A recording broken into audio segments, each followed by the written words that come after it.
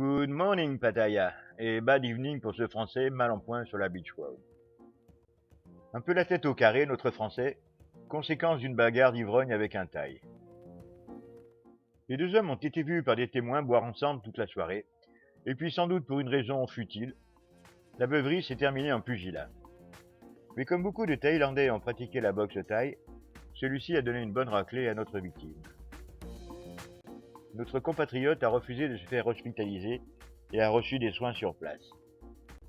Il est ensuite allé s'expliquer au poste de police de la Beach, où la conversation n'a pas dû être triste. You speak French? No. You speak Thai? No, no. Descente de police Panyachang, dans un massage en spa coréen. L'institut était soupçonné de vendre des produits classés dans la catégorie médicaments. S'ils ont bien trouvé les produits en question, ils ont eu la surprise de découvrir entre autres des ailerons de requins séchés et des nids d'hirondelles. Le spa a été fermé, le gérant arrêté, et les ailerons et les nids ont été envoyés dans un laboratoire pour qu'ils tentent d'expliquer leur provenance. L'actualité est ainsi faite. Je vous parlais hier dans un sujet des poteaux supportant des câbles penchant dangereusement. Eh bien, hier dans la journée, pof, il y en a un qui s'est brisé en deux à Pratamnak. Et pour faire bonne mesure, il s'est effondré sur un petit poste de police qui est à l'angle des 4 routes, dont l'une qui monte au Big Buddha. Il y a des mois que ce poteau penchait dangereusement avant de se briser net. Mais tout le monde se refilait la patate chaude.